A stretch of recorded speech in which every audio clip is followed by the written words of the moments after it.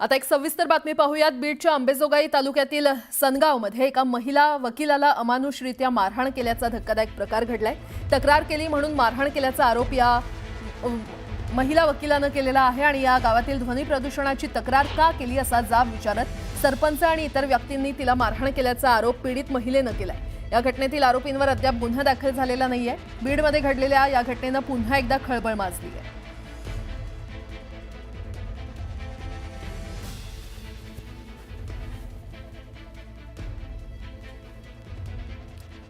पुन्हा एकदा बातम्या। अहिल्यानगरमधील जामखेडच्या दौऱ्यादरम्यान अजित पवारांच्या स्वागतासाठी कार्यकर्त्यांनी मोठी गर्दी केली। विशेष म्हणजे राष्ट्रवादी शरदचंद्र पवार पक्षाचे आमदार रोहित पवार यांच्या कार्यकर्त्यांनी अजित पवारांचे स्वागत केलं। तर अजित पवारांच्या स्वागतासाठी कर्जत जामखेड विधानसभा मतदारसंघात बॅनरही लावण्यात आले। यावर रोहित पवारांचा फोटोही दिसून आला। अजित पवार मतदारसंघात आले याचा आनंद आहे। माझे कार्यकर्ते दादांच्या स्वागताला नाही तर अनेक कामं अपूर्ण आहेत त्याबाबत पत्र द्यायला गेले होते। माझे लोक तहानलेले आहेत। उपमुख्यमंत्र्यांनी प्रश्न सोडवावा एवढीच अपेक्षा आहे असं रोहित पवार म्हटले। कर्जत जामखेड विधानसभा मतदारसंघात अजित पवारांचे भावी मुख्यमंत्री असा उल्लेख असलेले बॅनर लागलेत आणि त्यामुळे आता राजकीय वर्तुळात चर्चांना उधाण आलं।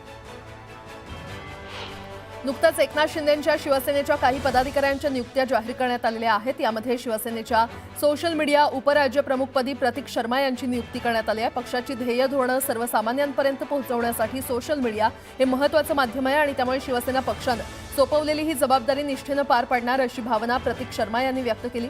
दरम्यान श्रीकांत शिंदेंच्या हस्ते प्रतीक शर्मा यांचा सत्कारही यावेळी करण्यात आला। सरकारचे हिंदीकरणाचे प्रयत्न यशस्वी होऊ देणार नाही असा इशारा राज ठाकरे यांनी दिलाय। पहिलीपासून हिंदी सक्तीच्या निर्णयाला राज ठाकरेंनी विरोध केलाय। केंद्र सरकारचं सर्वत्र हिंदीकरण करण्याचा प्रयत्न असल्याचा आरोप राज ठाकरेंनी केला। हिंदीच्या सक्तीला पुणे पालक संघटनेनं विरोध केलाय। हिंदी विषय पहिलीपासून न ठेवता पाचवीपासून ठेवावा अशी मागणी करण्यात आली। भगवानगडाचे महंत नामदेव शास्त्रींनी पुन्हा धनंजय मुंडेंची पाठराखण केली आहे। धनंजय मुंडे हे भगवानगडाचेच आहेत असं नामदेव शास्त्री म्हटले। दरम्यान धनंजय मुंडे कार्यक्रमाला येणार होते मात्र हेलिकॉप्टरचा क्लिअरन्स मिळाला नाही म्हणून दौरा रद्द झाला अशी माहिती नामदेव शास्त्री यांनी दिली आहे। अमित शहांच्या पत्नी सोनिया शहांनी खिद्रापूर मंदिराला भेट देत श्रींचं दर्शन घेतलं। यावेळी त्यांच्या हस्ते आरती करण्यात आली। सिंधुदुर्गमध्ये मुख्यमंत्री सहायता निधी कक्षाची स्थापना करण्यात आली आहे। यावेळी पालकमंत्री नितेश राणे यांनी कक्षाची पाहणी केली। यामुळे नागरिकांना मदत मिळणं सोपं होणार आहे। सोलापूर दौऱ्यावर असलेल्या नितेश राणेंचा शिवसेना उबाठाच्या कार्यकर्त्यांनी निषेध केला। ठाकरेंच्या शिवसैनिकांनी राणेंना कोंबड्यांचे फोटो दाखवले। कार्यकर्त्यांनी कागदावर कोंबड्यांचं चित्र काढत नितेश राणेंचा निषेध केला। नागपूर शहरात बनावट कागदपत्र तयार करून एनओसी मिळवत बांगलादेशींनी जवळपास 1234 जणांनी प्रमाणपत्र मिळवलं आणि या प्रमाणपत्र मिळवण्यासाठी नागपूर महानगरपालिकेमध्ये झालेल्या बैठकीत तफावत आढळून आल्याची माहिती समोर आली आहे। 595 प्रमाणपत्र बोगस आढळली असून याची चौकशी व्हावी अशी मागणी किरीट सोमय्या यांनी केली आहे।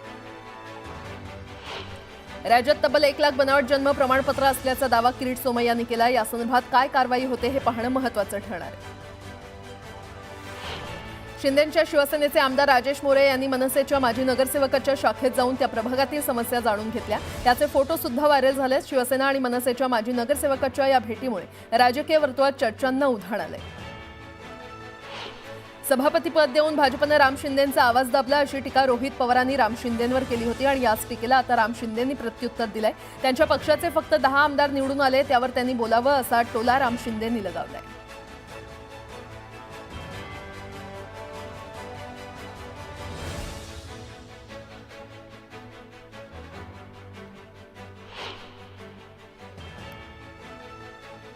पुण्यश्लोक अहिल्यादेवी होळकरांच्या कार्याला शोभेल असं स्मारक अहिल्यानगरमध्ये उभारणार आहोत। त्यासाठी अर्थखातं आपल्याकडील निधी कमी पडू देणार नाही अशी घोषणा उपमुख्यमंत्री अजित पवार यांनी कर्जत जामखेडमधून केली। राज्यातील वाढती लोकसंख्या आणि गुन्ह्यांच्या प्रमाणातील वाढ पाहता पोलिसांचं मनुष्यबळ कमी आहे। त्यामुळे येत्या सप्टेंबर महिन्यात राज्यात पोलीस भरती निघणार आहे। 10,000 पदांसाठी पोलीस भरती असणार असून पोलीस अधीक्षक आणि आयुक्तांसोबत अप्पर पोलीस महासंचालकांची बैठक देखील पार पडली आहे। तर एकावेळी एकच अर्ज भरण्याचं बंधन असणार आहे। पुण्यात मोगरा महोत्सवाच्या निमित्तानं श्रीमंत दगडूशेठ हलवाई गणपतीला विविध रंगी फुलांनी सजवण्यात आलं। यावेळी लाडक्या गणरायाचं रूप डोळ्यांमध्ये साठवण्यासाठी पुणेकरांनी मोठी गर्दी केल्याचं पाहायला मिळालं। सिंधुदुर्गातील सावडामध्ये ग्रामपंचायतीमध्ये भ्रष्टाचार होत असल्याचा आरोप केल्याच्या रागातून नैना सावंत आणि वैभव सावंतांना मारहाण करण्यात आली आहे। उपसरपंचानं ही मारहाण केल्याचा आरोप होतोय, तर पोलिसांनी या प्रकरणात हस्तक्षेप केला नाही आणि सिंधुदुर्गाच्या बीडच्या दिशेने वाटचाल होते, तर असा आरोप वैभव नाईक यांनी केलाय। याबाबत 7 जणांविरोधात गुन्हा दाखल केला असून कुणालाही अटक केलेली नाही। यावल तालुक्यातील डांभुणी या गावात बिबट्याच्या हल्ल्यात मयत झालेल्या मुलीचा मृत्यू झालाय। यावेळी आमदार चंद्रकांत सोनावणे यांनी पीडित कुटुंबाची सांत्वनपर भेट घेतली आणि यावेळी वनविभागाच्या दुर्लक्षामुळे ही घटना घडल्यानं वनविभाग कर्मचाऱ्यांची चांगलीच कानउघडणी त्यांनी केली। जळगावच्या कसगाव शिवारातील बांबू शेतीमध्ये शॉर्ट सर्किटमुळे आग लागली होती। ही आग इतकी भीषण होती की शिवारातील 5.5 एकरवरील बांबू जळून खाक झालाय। या शेतकऱ्याचं लाखोंचं नुकसान झालंय। राज्यभरात उन्हाचं प्रमाण वाढल्यानं नागरिक हैराण झालेत। मालेगावात तापमानानं 43 ओलांडलेले आहेत आणि त्यामुळे दुपारच्या सत्रात रस्त्यांवर अघोषित संचारबंदी लागू केल्याचं चित्र पाहायला मिळतंय।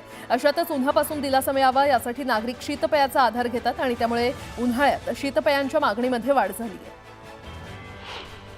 स्वारगेट एसटी स्थानकात शिवशाही बसमध्ये तरुणीवर अत्याचार करणाऱ्या दत्तात्रय गाडेविरोधात लैंगिक अत्याचार प्रकरणी 813 पानांचं आरोपपत्र न्यायालयामध्ये दाखल करण्यात आलंय।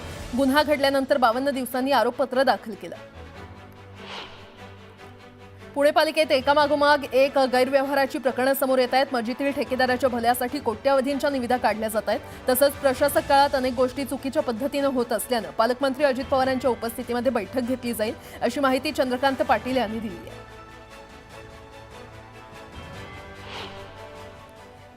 आता एक सविस्तर बातमी पाहूयात। बीडच्या अंबेजोगाई तालुक्यातील सनगावमध्ये एका महिला वकिलाला अमानुषरित्या मारहाण केल्याचा धक्कादायक प्रकार घडलाय। तक्रार केली म्हणून मारहाण केल्याचा आरोप या महिला वकिलानं केलेला आहे आणि या गावातील ध्वनी प्रदूषणाची तक्रार का केली असा जाब विचारत सरपंच आणि इतर व्यक्तींनी तिला मारहाण केल्याचा आरोप पीडित महिलेनं केलाय। या घटनेतील आरोपींवर अद्याप गुन्हा दाखल झालेला नाहीये। बीडमध्ये घडलेल्या या घटनेनं पुन्हा एकदा खळबळ माजली आहे।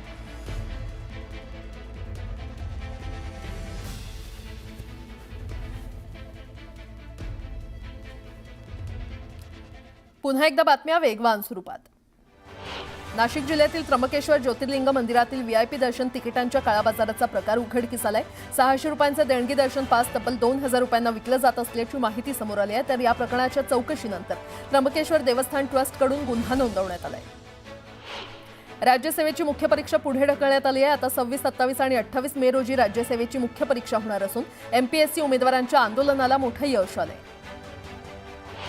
पुणे स्वारगेट बलात्कार प्रकरणात गुन्हे शाखेकडून न्यायालयामध्ये दोषारोप पत्र दाखल करण्यात आलंय। 893 पानांचं हे दोषारोप पत्र असून आरोपी दत्तात्रय गाडे विरोधात शिवाजीनगर इथल्या सत्र न्यायालयामध्ये हे दोषारोप पत्र दाखल केलं गेलंय। वक्फ बोर्डाबाबत सुप्रीम कोर्टानं दिलेली स्थगिती लोकशाही व्यवस्थेला अधोरेखित करणारी आहे, असं वक्तव्य उबाठाच्या गटनेत्या सुषमा अंधारे यांनी केलं। संसदेकडे बहुमत असलं तरी घटनात्मक चौकटीच्या बाहेर जाऊन संसद कायदा करू शकत नाही, असंही अंधारे म्हटलंय। नव्या वक्फ कायद्यातील 2 कलमांना सुप्रीम कोर्टानं तुर्तास स्थगिती दिल्यानंतर जळगाव वक्फ बचाव समितीनं सुप्रीम कोर्टाचे आभार मानलेत। यावेळी बाबासाहेब आंबेडकर पुतळ्याजवळ जाऊन आंबेडकरांना अभिवादन देखील करण्यात आलं। विदर्भात बनावट कागदपत्रांच्या सहाय्यानं शिक्षकांची नियुक्ती केल्याचा आरोप यशवंत मानकर यांनी केलाय। संबंधितांवर तातडीनं फौजदारी खटले दाखल करण्याची मागणी करण्यात आली आहे। तर गोंदिया जिल्ह्यामध्ये जवळपास 17 शिक्षण संस्थेमध्ये बोगस शिक्षकांची नियुक्ती केल्याचा आरोपही करण्यात आलाय। चंद्रपूरच्या वर्धा आणि पैनगंगा नदीपात्रात 23 ते 26 हजार वर्षांपूर्वीचे दुर्मिळ स्टेगोडॉन हत्तीचे जीवाश्म सापडलेले आहेत। भूशास्त्र संशोधक सुरेश चोपडे यांनी हे जीवाश्म शोधलेले आहेत। महाराष्ट्रात स्टेगोडॉन हत्तीची जीवाश्म सापडण्याची ही पहिलीच वेळ आहे। परभणीतील शिक्षक सोपान पालवेंच्या आत्महत्येनंतर जिल्हाभर संतापाची लाट उसळली आहे। दरम्यान मृत शिक्षकाच्या कुटुंबियांनी दोषींवर कारवाई करून आम्हाला न्याय द्या अशी मागणी केली आहे।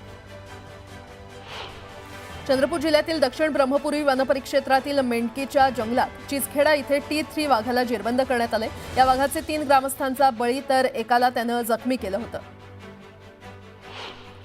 राज्यातील पहिल्या 3 दिवसीय कोयना दौलत डोंगरी महोत्सवाची सांगता झाली। मराठी कलाकार साताऱ्यातील पाटण तालुक्यामध्ये आपली कलाकारी सादर करतायत। यावेळी पर्यटन मंत्री शंभूराज देसाई, नरेंद्र पाटील यांच्यासह अन्य नेते मंडळी देखील उत्सवाला हजर होते। ससून रुग्णालयाच्या समितीनं दिलेला अहवाल अर्धवट आहे आणि त्यामुळे पूर्ण अहवाल आल्यानंतरच गुन्हा दाखल होईल। घाईसाज कुठेही पळून जाणार नाहीत यासाठी पोलीसही तैनात करण्यात आलेत, अशी माहिती भाजप आमदार अमित गोरखे यांनी दिली आहे। राज्य अभ्यासक्रम आराखड्याची अंमलबजावणी करताना इयत्ता पहिलीपासून हिंदी विषय अनिवार्य करणं यात कोणतेही राजकारण नाही, मराठी भाषेला दुय्यम दर्जा देण्यात आलेला नाही, केवळ विद्यार्थ्यांचं हित लक्षात घेत हा निर्णय घेण्यात आलाय, असं स्पष्टीकरण स्कर्टनं दिलंय. मुंबई पुणे दरम्यानचा रेल्वे प्रवास जलद आणि अडथळारहित करण्यासाठी रेल्वेनं महत्त्वाकांक्षी पाऊल उचललेलं आहे. सुमारे 9,000 कोटींहून अधिक खर्चाची कर्जत ते तळेगाव दरम्यान 4थी आणि 5वी नवी मार्गिका उभारण्यात येणार आहे. या नव्या मार्गिकेमुळे प्रवासाचा कालावधी 20 ते 30 मिनिटांनी कमी होणार आहे.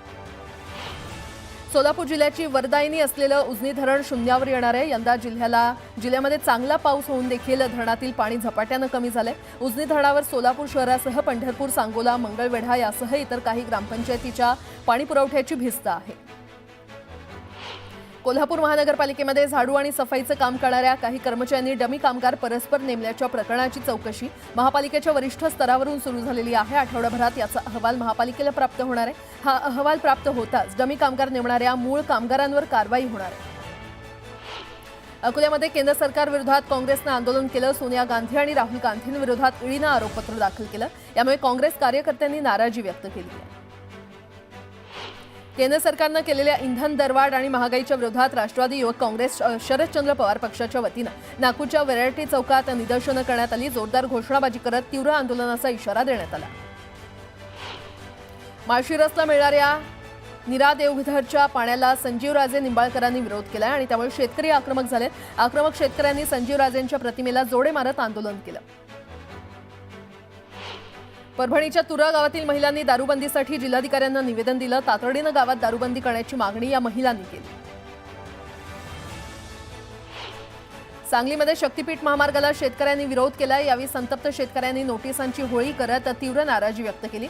शक्तीपीठ महामार्ग रद्द करण्याची मागणी शेतकऱ्यांनी केली. सांगलीमध्ये इंधन दरवाढी विरोधात शरद पवारांच्या राष्ट्रवादीनं आंदोलन केलं. इंधन दरवाढ रद्द करण्याची मागणी आंदोलनातून करण्यात आली.